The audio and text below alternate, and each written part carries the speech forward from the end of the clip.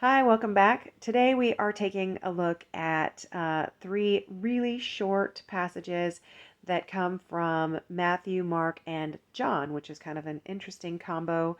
Normally we see the synoptic gospels, Matthew, Mark, and Luke, sharing the same content, but this time we see this scenario in John as well. And in fact, John is the one who gives us some extra insight. So, we're looking at the people after the feeding of the 5,000 are overcome by their revelation that Jesus must be the Messiah, and therefore they try to force him to be their king. So he has to escape from their midst and go on a mountainside to pray. And John gives us that insight that we see in the other two gospels that he left the disciples and went alone to a mountainside to pray, but John tells us that that the crowd was trying to force him to be king. So that's kind of we get that little reason why.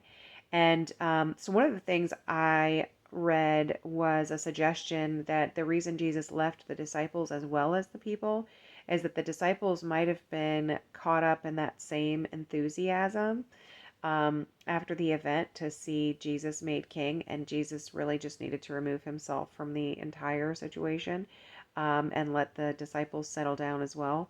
And of course, all of those things are conjecture.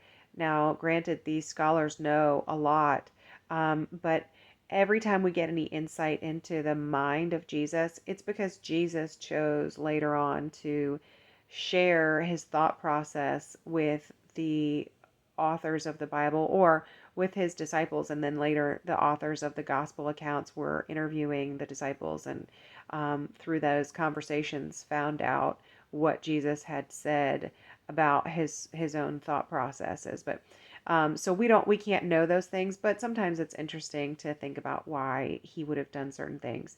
Um, so that said, he went to the mountainside to pray, and I took a look at the significance of a mountainside. Why was this Jesus's um, choice that he continually goes back to throughout the Gospels as a mountainside? And we can see throughout the Bible how meeting with God or praying on a mountainside has a lot of significance. A lot of significant events in the Bible took place on the mountains, like we've got Moses and the Ten Commandments. We've got Elijah, and I looked at lots of different, very notable and significant biblical events.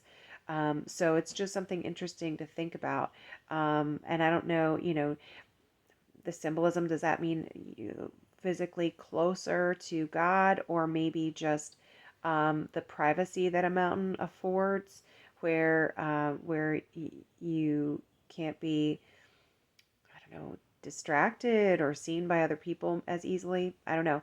But anyway, the significance of the mountainside, though, I still think was really interesting. How many things have taken place throughout the biblical account in the mountains, and then the symbolism of the people's misunderstanding of the physical versus the spiritual. So you have Jesus feeding the 5,000, and the people were so consumed with their physical hunger that they just could not hear Jesus's message about the spiritual hunger or the spiritual food that they needed.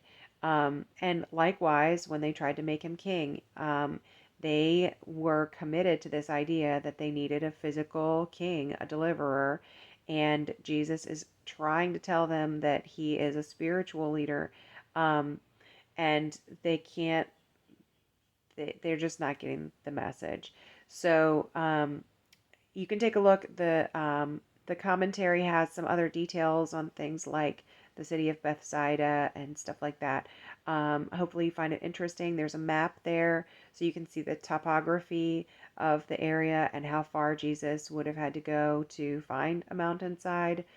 Spoiler alert: it's not very far because it's a pretty hilly region. But hopefully, you'll get a little bit more insight, learn a little bit more on this one, and we will see you next time.